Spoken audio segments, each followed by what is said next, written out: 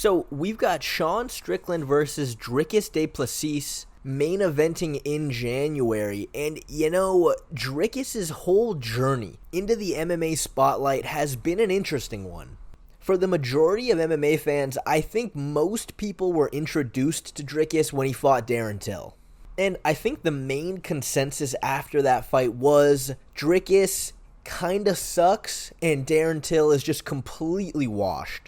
Now, I remember watching this fight, but the completely legal, valid stream I was using to view it was kind of bugging out on me, so I missed the first round and kind of tuned back in once Dricus took him down and got the easy rear naked choke. So I didn't even really bother to watch the fight back. I just kind of took it at face value and thought Dricus just kind of fought like an awkward praying mantis. He's nothing special. Until just completely fell off, and that's the end of it. Then he fought Brunson. They had an insane, hectic first round, just tons of grueling grappling exchanges where it seemed like Brunson was the better grappler by far. He was getting the better of a lot of the exchanges. Then that led to the second round where they both looked gassed out of their minds. But to Dricus's credit, he was able to land some really good shots and eventually knock Brunson out. Still though, I can't say I was that impressed. And I don't think many fans were either. Dricus, he just fights so awkward. He doesn't look like he's any good. And no one in their right mind thought that he had any chance against Robert Whittaker. It seemed like the only reason he was fighting him was because he stirred up all that drama with the whole who's the real African champ with Adesanya. So they pushed him into a title contention fight. And again, nobody thought he had a shot. But then he went out there and beat Robert Whittaker, and everybody lost their minds. I couldn't believe it.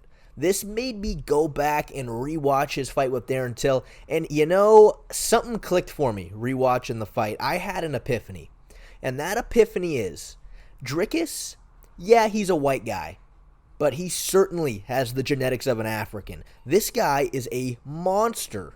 He hit a really good double leg on Till when the fight first started, and then absolutely hammered Till. He unloaded on him. It was like what Strickland did to Adesanya after he dropped him in the first round, but for like 3.5 minutes straight. So it's no wonder he gassed out so bad. And to Till's credit, he survived and then actually looked really good in the striking. I mean, remember, Darren Till almost beat Robert Whittaker. He dropped him with an elbow, and he was piecing Dricus up. It is just that simple. But Dricus manhandled him on the ground. I know he looks really awkward when he's fighting. It isn't very visually pleasing. It just looks like he sucks. But this guy is a specimen. He is loaded with muscle. Go back and watch that Darren Till fight. It is so evident how much stronger he was than Darren.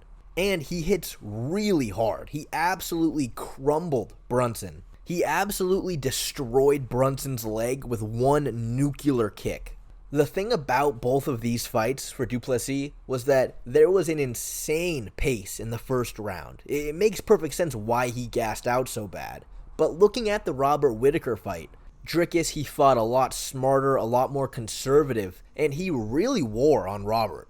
When the fight first started, it was clear Whittaker seemed a lot smoother on the feet. He was landing some good combinations at the start, and even secured a good takedown, but Dricus got up without taking any damage, and that's when the momentum started to shift. Whenever Dricus would land a strike, you could tell Whittaker was a lot more bothered by it than when he would land anything on Du Plessis.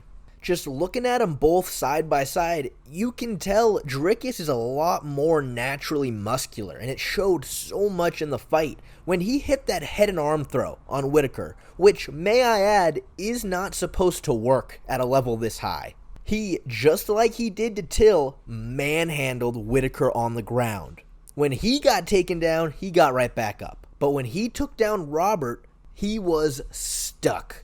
And Dricus landed a lot of good ground and pound, cut Whittaker really badly. And to me, in that moment right there, he proved that he's a real African, all right. Then the second round starts and you see Dricus has a really good jab. Every time Whittaker would try to blitz in with strikes, he would just keep up a high guard, block most of it, and then counter. Eventually catching Robert with the jab right as he was moving in, dropped him, and finished him. I don't want to speculate too hard here, but something tells me if he got a hold of Israel Adesanya might have had some problems.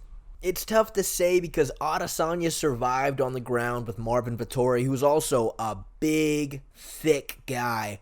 But look what happened when Vettori fought Whittaker. Whittaker was completely unbothered by Marvin's power. Marvin tried to take Whittaker down quite a few times, couldn't even get close.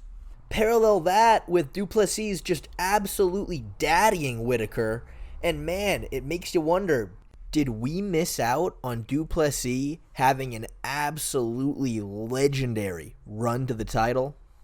Because part of me thinks he was going to big dick Adesanya.